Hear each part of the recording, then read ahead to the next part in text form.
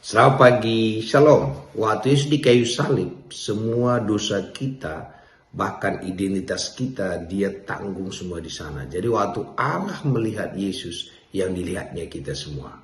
Maka kita mengatakan, kita pun waktu Yesus tersalib, kita disalibkan bersama dia di sana. Jadi segala sesuatu tentang kita, Allah hukumkan di kayu salib itu. Waktu Yesus bangkit dan dia tinggal dalam diri kita, dikatakan dalam Alkitab, kita telah mati namun aku hidup, Kristus yang hidup dalam diriku. Jadi sekarang yang identitas kita adalah Kristus yang hidup itu. Peperangan kita adalah kita munculkan diri kita atau kita munculkan Kristus itu. Contoh, kalau diri kita mau khawatir, kita mengatakan apa? Tuhanlah sukacitaku.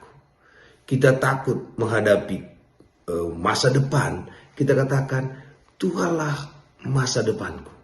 Jadi segala sesuatu daging kita ini yang mau bangkit dia, kita tutupin, kita mulai perkatakan tentang Tuhan. Mengenai kesehatan kita khawatir gimana di kesehatanku. Mulai kita perkatakan Tuhanlah kesehatanku.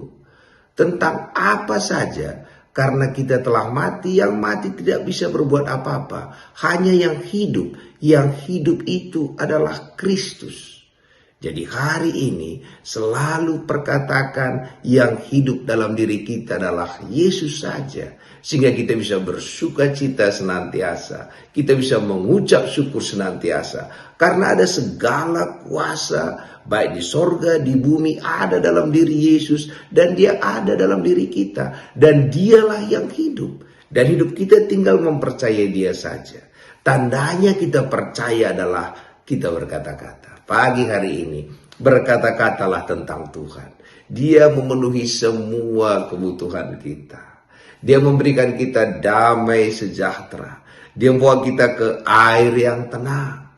Masa depan kita cerah karena Tuhan melakukannya. Kita yang pelayanan kita menjadi besar dan luar biasa karena Tuhan yang melakukannya. Pagi hari ini jangan bangkitkan lagi daging kita itu, yaitu khawatir, sedih, stres, takut, iri, semuanya itu. Tapi bangkitkanlah kebangkitan Kristus dalam diri kita dengan memperkatakan dia di dalam segala hal.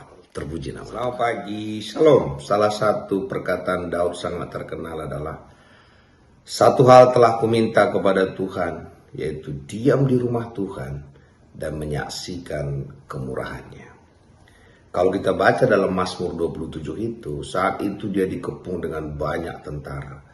Banyak sekali musuh dia, banyak sekali tantangan yang dihadapi.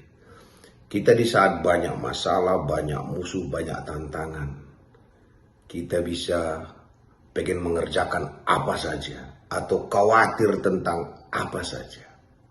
Kita belajar dari Raja Daud untuk diam dan menyaksikan Tuhan yang bekerja. Dan kalau kita menyaksikan Tuhan yang bekerja, artinya mata kita tertuju hanya kepada Tuhan saja.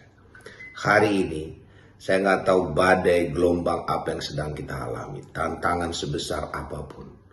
Belajar dari Raja Daud, waktu dia memandang Tuhan, menyaksikan Tuhan, maka ayat selanjutnya dikatakan, maka sekarang tegaklah kepalaku menghadapi musuh-musuhku. Akhirnya arti tegak, dia sudah berani dan dia berani menghadapi setiap tantangannya, dan arti tegak, dia sudah memenangkan peperangan itu. Hari-hari ini saya nggak tahu apa yang menekan hidup kita. Tibalah saatnya kita menyaksikan Tuhan memberkati keluarga kita, memberkati usaha kita, bekerja dalam segala hal, sehingga kita tidak lagi tunduk karena malu, tapi kita bisa tegak menceritakan, menyaksikan perbuatan Allah yang dahsyat itu. Karena itu ambil waktu untuk menyaksikan Tuhan bekerja. Terpuji. Selamat pagi, Shalom. Alkitab berkali-kali Tuhan katakan jangan khawatir. Khawatir sebenarnya buah dari kepercayaan yang salah. Waktu kita mempercayai sesuatu yang salah, itu buat kita khawatir. Sebenarnya kalau kita percaya Tuhan itu sangat besar, Tuhan sanggup melakukan segala perkara, tidak ada yang sukar bagi Dia. Dia selalu memberikan yang terbaik bagi kita. Masa depan kita penuh pengharapan. Dia tidak pernah meninggalkan kita. Dia rela mati bagi kita. Kalau kita melihat dan percaya tentang kebesaran Allah dan kebaikan Allah, maka kita tidak khawatir. Tapi waktu kita salah percaya, kita melihat badai terlalu besar. Kita melihat tantangan itu begitu besar sekali. Dan kita mulai ragu-ragu apakah Tuhan akan menolong kita.